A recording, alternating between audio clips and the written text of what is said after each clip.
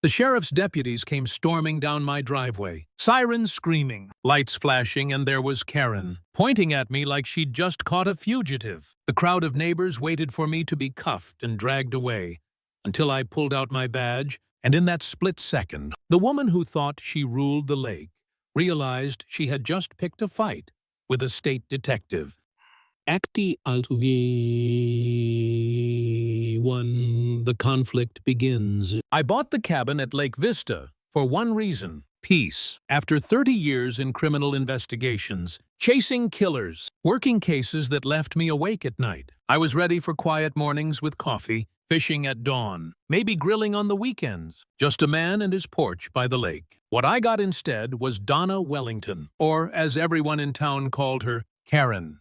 Picture it 50 years old, blonde bob sprayed so stiff it could stop a bullet, oversized sunglasses hiding eyes that never stopped scanning, and a white blazer with shoulder pads sharp enough to cut glass. Donna wasn't just the HOA president, she was the HOA. She'd been running it for 15 years, married to the county sheriff, and she walked around like Lake Vista was her personal kingdom. The very first day I moved in, she blocked my moving truck with her Lexus, clipboard in hand. She demanded $40,000 in community fees before sundown. I laughed, thought it was a joke. "Lady, I just bought this place. The cabin's not even under your HOA. Her smile dropped, and in its place, venom. "You think you're above the rules? Pay or you'll regret it." That's when I noticed the neighbors, watching from behind curtains, silent, afraid. Nobody dared step forward. The next morning, I found all 4 tires of my truck slashed, a note taped to the windshield. Last warning, pay or leave.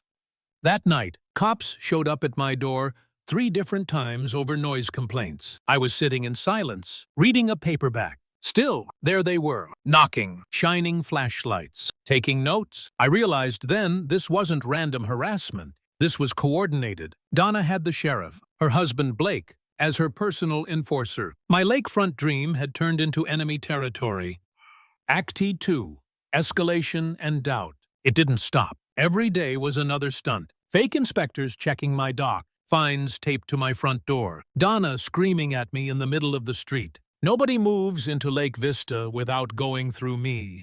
And then came Blake himself, sheriff's uniform, sharp, hand hovering by his gun. "Folks who don't respect the HOA don't last long around here," he said. Not a threat, a promise. I felt the isolation sinking in. Neighbors avoided me. One elderly lady whispered while watering her roses, "Please don't talk to me, she'll find out." That night, I sat on my porch staring at the lake, the water black and still. For the first time in years, I questioned myself. Maybe I made a mistake. Maybe I should just sell the place, walk away before it gets worse. I actually thought about it. Packing up, giving Donna her victory, and that thought broke me. Because I'd spent my whole career fighting bullies in uniform, men who hid behind power and paperwork, and now, at the end of my life, I was ready to fold to a woman with a clipboard. But fate handed me clarity. I overheard Donna one afternoon at the general store. She was on the phone, threatening a landscaper. "Pay the HOA contribution fee or forget about your permit." That's when it clicked. This wasn't just power-hungry nonsense. This was extortion, racketeering, a criminal operation dressed up as community enforcement. And suddenly, I wasn't tired anymore. I wasn't defeated. The cop in me woke back up. Act 3.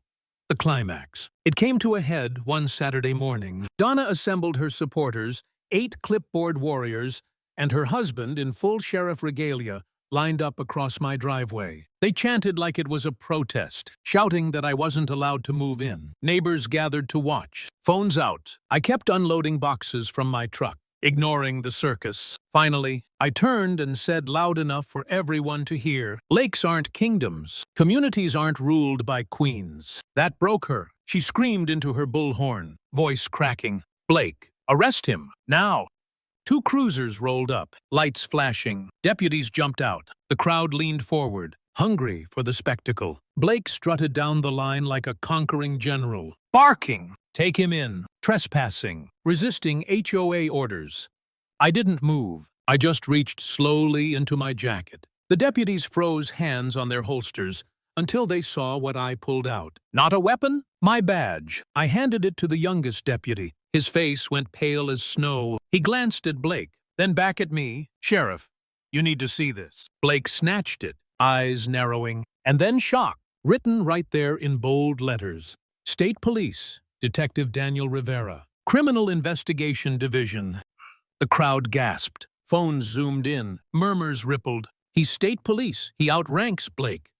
Donna lost it. That's fake. He's lying. I've ruled this place for 15 years. I cut her off. Voice steady. No, Donna, you haven't ruled anything. You've run a racket.